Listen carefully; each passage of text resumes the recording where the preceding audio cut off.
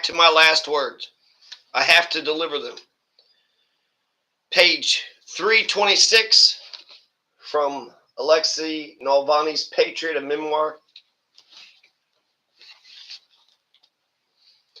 Really, Your Honor, I'm not sure anymore what to talk about. Do you think perhaps we should talk about God and salvation?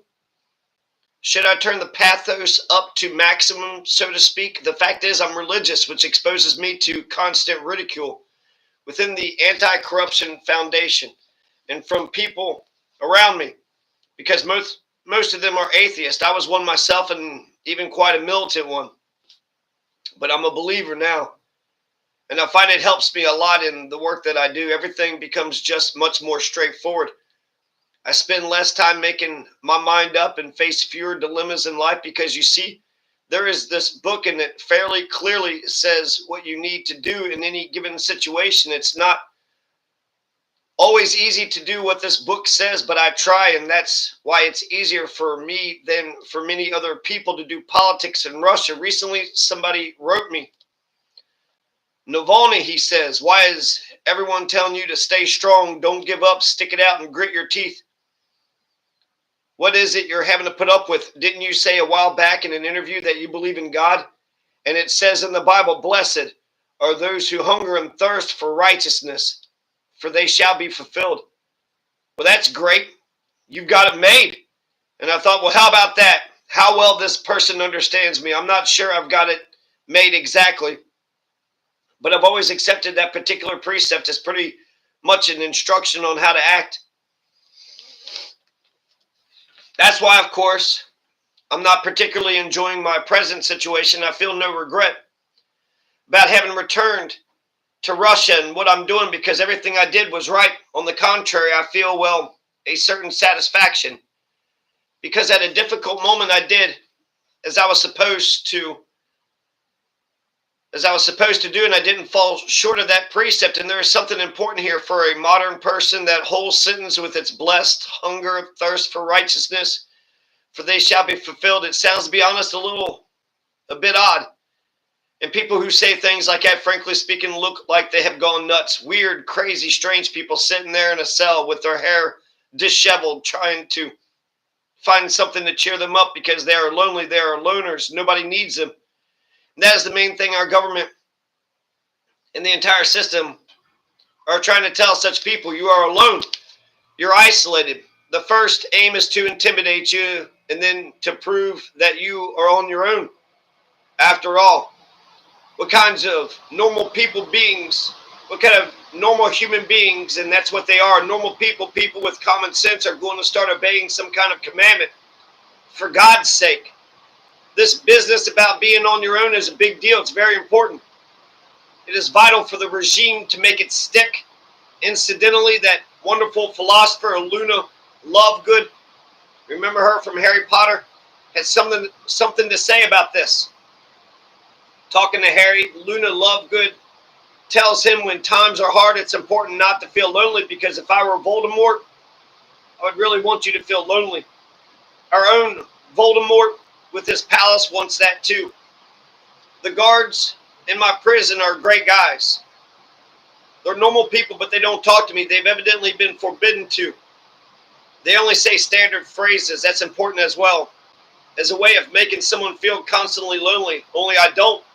And let me explain why. Because those words, blessed are those who hunger and thirst for righteousness, they seem exotic and a bit weird, but they actually express the most important political idea in Russia at this moment. Your Honor, what is the most popular political phrase in Russia? What is the most popular political slogan? Someone help me. Where does power lie? Oh, that's right. Power is in the truth. That is what everyone repeats, that phrase. And it is the same idea that is in the Beatitude, only without all that for they shall be in hunger and thirst. It's just been compressed down to the size of a tweet. Power is in the truth. The whole country is constantly, insistently repeating that power is in the truth. Whoever has the truth on their side will win. Well, this is really important, even though our country is today built on unrighteousness. we constantly face it, and the worst form of it is unrighteousness. Armed unrighteousness. We see that, nevertheless, at the same time, millions of people, tens of millions of people want the truth. They hunger after righteousness, and sooner or later they will achieve their goal. They will be fulfilled. Some things everyone can see. That palace of Putin's does exist. You can say it does not belong to you, or that it is not there, but it is. It is there. There are people living in poverty. You can say as often as you like that we have a high standard of living, but Russia is poor, and everyone can see that. Those people should be rich. We build an oil pipeline, and there's money being made, but where is it going? That is the truth, and you can't argue with it. Sooner or later, those people who want the truth will get it. There is one more important thing I want to say to you, and through you to the prosecutor and to all those who are part of the regime and to everyone else too. It is important for you not to be afraid of those who seek the truth. Many people are scared. Oh my God, what will happen? There will be a revolution. There will be shocks. Everything will be a nightmare. But just think for yourself how good life would be without this constant deceit, without all this lying. Being able not to lie is just amazing. Think for yourself how great it would be to work as a judge. If there was no telephone justice, nobody calling you up, and you could just be a top-notch judge with a big salary, even more than what you get now. You would be a respected pillar of society with no one giving you instructions on what verdicts to reach. And you could come home to your children and grandchildren and tell them that, yes, you are a genuinely independent judge. And all other judges are absolutely independent too. That would be great. It would be terrific to be a prosecutor who worked within an adversarial system, playing an interesting legal game, defending some, prosecuting others who are real villains. I can't believe that people enter law school and become prosecutors because they want to join in fabricating criminal cases and forging signatures for somebody else. Neither do I believe that people want to become police officers in order to say at the end of the day, we did a great job of splitting someone's head open at a rally, or we escorted this guy who is actually innocent. We'll be listening to his final words any minute now. Nobody wants that. Nobody wants to be like that. Policemen want to be normal because all this lying has only downsides and no upside. You don't even get paid better. And for anyone in business, any business in the country is worth half what it should be, because there is no judicial system, because there is injustice, because everywhere there is chaos and poverty. Everyone would be much better off if the lying and injustice just stopped. It would be far better if those people who want the truth were able to get it. The same goes for the FSB officers. Nobody, not a single person in the world, was a schoolboy with shining eyes who said, I want to be in the FSB and be sent to wash an oppositionist underpants because someone smeared poison on them. Nobody is like that. Nobody wants to do that. They all want to be normal, respected people who catch terrorists, gangsters, and spies and fight all that. It is very important not to be fearful of people who are seeking the truth, and perhaps even to find ways of supporting them directly, indirectly, perhaps even not supporting them, but at least not contributing to the lie, not contributing to the deceit, not making the world around you a worse place. There is, of course, a risk in this, but it is not a big risk. As Rick Sanchez, another outstanding philosopher of today, has said, to live is to risk it all. Otherwise, you're just an inert chunk of randomly assembled molecules drifting wherever the universe blows you. The last thing I want to say is, I'm getting a lot of letters, and every other letter ends with the words, Russia will be free. And that's a great slogan. I say it all the time too, repeating it, writing it in my replies, chanting it at rallies. But I keep thinking I'm missing something. Don't get me wrong, I do, of course, want Russia to be free. That is necessary, but not sufficient. It can't be the only end. I want Russia to be as rich as it should be, given its national resources. I want Russia to be, I want the wealth to be more fairly distributed so that everybody gets their share of the oil and gas pie. I want us to be not only free, but also to have decent health care. I want men to live long enough to reach retirement age because at present half the men in Russia don't, and women are not much better off. I would like to see people in Russia get paid the same amount for doing the same job as in average European country, because right now it is far less. Everybody, a policeman, a computer programmer, a journalist, anyone you can think of, they all get much less. I want normal education and for people to be able to study normally. I would like many other things to happen in our country. We need to fight not so much because Russia is not free, as because overall it is unhappy. In every respect, we have everything we need, but still for some reason we are not a happy country. Dip into Russian literature, our great literature. It's all descriptions of misfortune and suffering. We are a very unhappy country, can't break out of the circle of misfortune that we want to. So I propose that we change our slogan and say that Russia should not only be free, but also happy. Russia will be happy. Russia will be happy. Russia will be happy. Navalny isn't going to win that court case. They're going to throw some trumped up charges on him, and it's going to prevent him from running for president when he was the only honest man in Russia. Alexei Navalny was the only honest man in Russia. And I'll just say this. I'm going to elaborate on the August 20th, 2020 incident. But Alexei Navalny got killed February 16th, 24. February 16th, 2024. Not a year ago. A year and a month and some change. Alexei Navalny was killed in a prison in Yamalo-Nenets in Western Siberia. Wasn't Lenin shipped out to Western Siberia too? Isn't that what the Tsar did to Lenin? They shipped him out to Siberia. Isn't that a good way to radicalize somebody?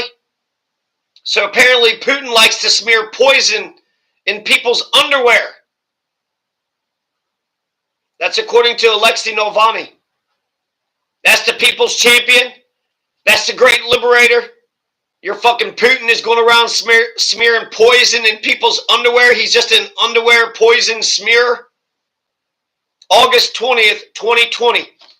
Navalny was poisoned. This was the first time he was poisoned. I think it was the first time, the major time, and he lived through this one. So Alexei Navalny was poisoned August 20th, 2020. Alexei Navalny had felt the effects of the poison mid-flight on an airplane from Tomsk to Moscow. And the plane hurried up and did an emergency landing in Omsk. Alexei Navalny goes into a coma for 3 weeks. He's put on a ventilator in Omsk. Angela Merkel had sent a plane to Omsk. Angela Merkel's Germany sent a plane to Omsk to get Alexei Navalny out and to treat him in Berlin at the Charité Hospital.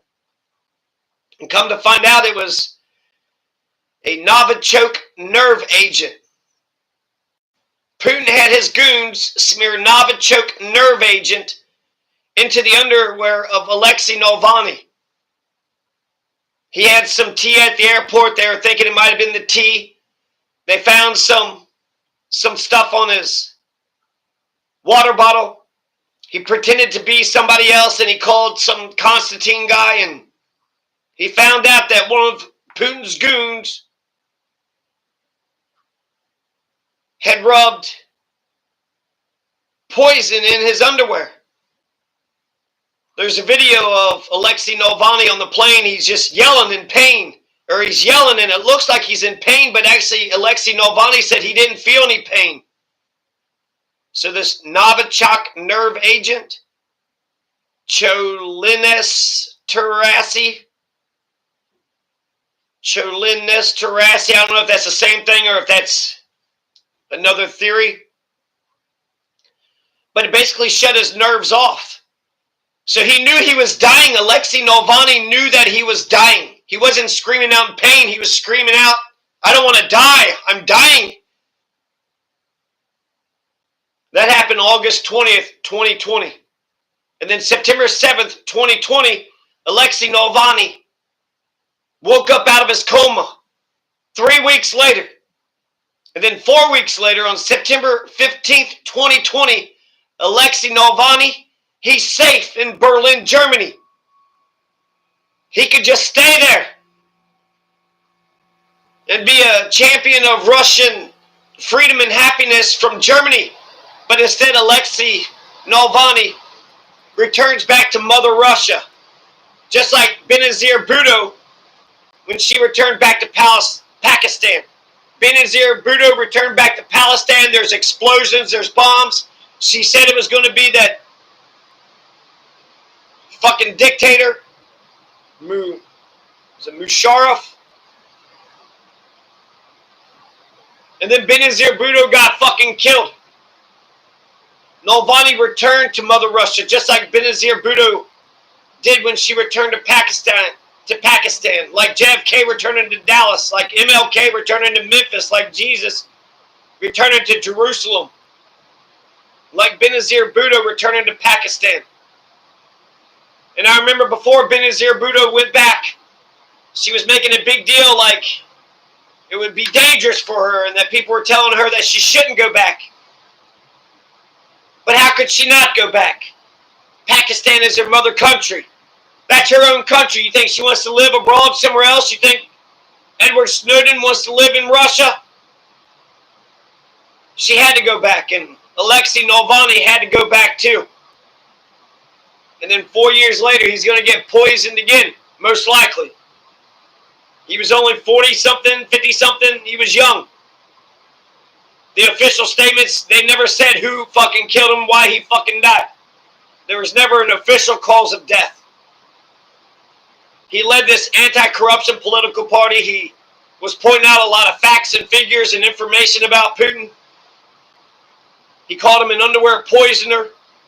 He was organizing against Putin's political party. He was the main oppositional figure. He was courageous. When I look at his videos, he's got a video channel that's under his name in Russian, so I don't know what it... You probably could just type in Alexei Navalny and eventually find it. He's got 134 million views. That was from 4 years ago. 134 million views on this one. 10 million views on this one. So he's just forceful, he's direct, he's courageous. He's going out to their houses saying, look at their palaces, look at their fancy clothes and their fancy jewelry and watches.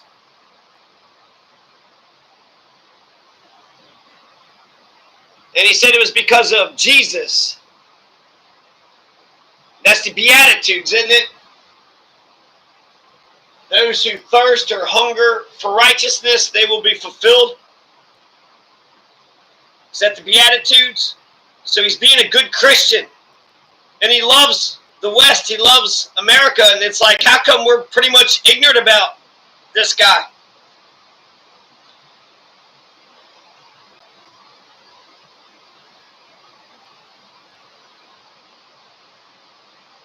Blessed are those who hunger and thirst for righteousness. They shall be satisfied. As part of the Beatitudes, it begins the Sermon on the Mount. And I'll read all the Beatitudes. What courage it took for Alexei Navalny to go back to Mother Russia and to stand up against the torrent of bullshit. Amnesty International said he was a political prisoner, then it found out that he said some bad things about foreign countries or foreigners or something. Putin's been a terrorist, psychotic dictator, a mass murdering dictator since 1999, since he massacred Grozny, since he killed a bunch of Chechens, and he kept killing Chechens, and keeps on doing assassinations, and he kills his political opponents. He threw Pussy Riot in jail. So this is Matthew chapter 5. Seeing the crowds, he went up on the mountain, and when he sat down, his disciples came to him. And Jesus opened his mouth, and Jesus Christ taught them, and he said, blessed are the poor in spirit, for theirs is the kingdom of heaven. Blessed are those who mourn, for they shall be comforted.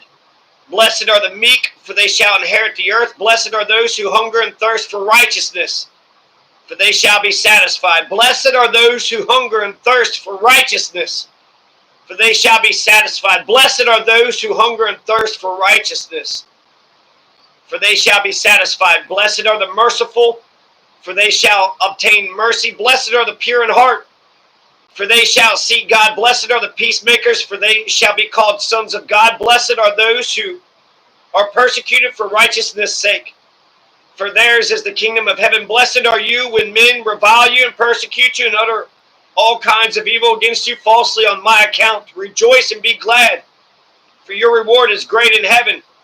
For so men persecuted the prophets who were before you. You are the salt of the earth, but if salt has lost its taste, how shall its saltness be restored? It is no longer good for anything except to be thrown out and trodden underfoot by men. You are the light of the world.